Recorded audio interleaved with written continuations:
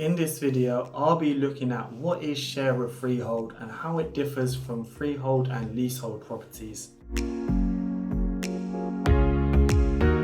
There are two main types of tenure in the UK for residential property: freehold and leasehold.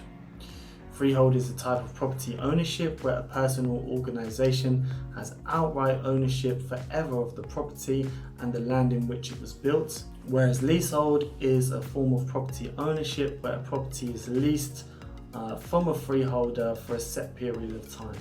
Typically, if you are purchasing a house, the tenure will likely be freehold, whereas if you are purchasing a flat, apartment or maisonette, then likely the tenure will be leasehold, but on occasion, share of freehold. Buying a share of freehold means that you will acquire a shared ownership of the freehold title relating to the building, as well as a leasehold interest in the individual flats. Whilst you will also have a share in the freehold, what you actually own is a share in the company that owns the freehold.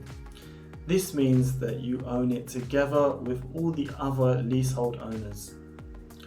When you come to sell, your buyer will be buying your leasehold title from you, as well as your share in the freehold. In essence, share of freehold is acquired when the leaseholders of the building come together to purchase the freehold from the existing freeholder. This is not always possible, as the freeholder may not be willing to sell the freehold, or one of the leaseholders doesn't agree to join the other leaseholders in buying the freehold. Generally speaking, share of freehold is better than leasehold properties for the following reasons. The service charge and ground rent is set by the freeholder, and because the freeholders are now the leaseholders of the flats, they will tend to set a much more reasonable amount than an external freeholder who is likely to set higher service charges and ground rent. On occasion, with share of freehold properties, there will be no service charge and ground rent in place, as the freeholders will have an agreement in place to come together if and when works are required in the building to pay this together.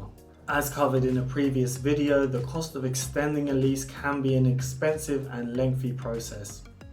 It's not uncommon for freeholders to set unreasonably high amounts for leaseholders to extend the lease, and current legislation doesn't offer leaseholders much protection in this respect. However, if you do own a share of freehold, you do have more control along with the other freeholders in setting a more reasonable price to extend the lease, so it makes this process less stressful and expensive. There is still an associated lease length with share of freehold. However, as previously mentioned, it is usually quite a bit cheaper and easier to get this extended if you need to.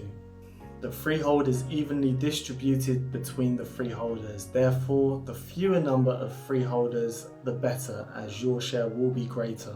For example, if there are just 2 freeholders, they will each have a 50% share, whereas if there are 5 freeholders, their share will only be 20%. When determining the service charges or extending the lease, all freeholders need to be in agreement, so it's preferable to have a larger share as possible. Overall, there's no question that share of freehold properties are far more preferable than leasehold properties. However, there will still be an associated lease length, and if this is below 95 years, you should still make inquiries to find out what the cost will be to extend this, and keep this in mind when deciding what offer to submit on the property. Also, the greater the share of freehold available with the property will make it a more attractive prospect. It is worth bearing in mind that share of freehold properties make up a relatively small percentage of the overall property market, so although it's a preferable option, I wouldn't dismiss leasehold properties altogether.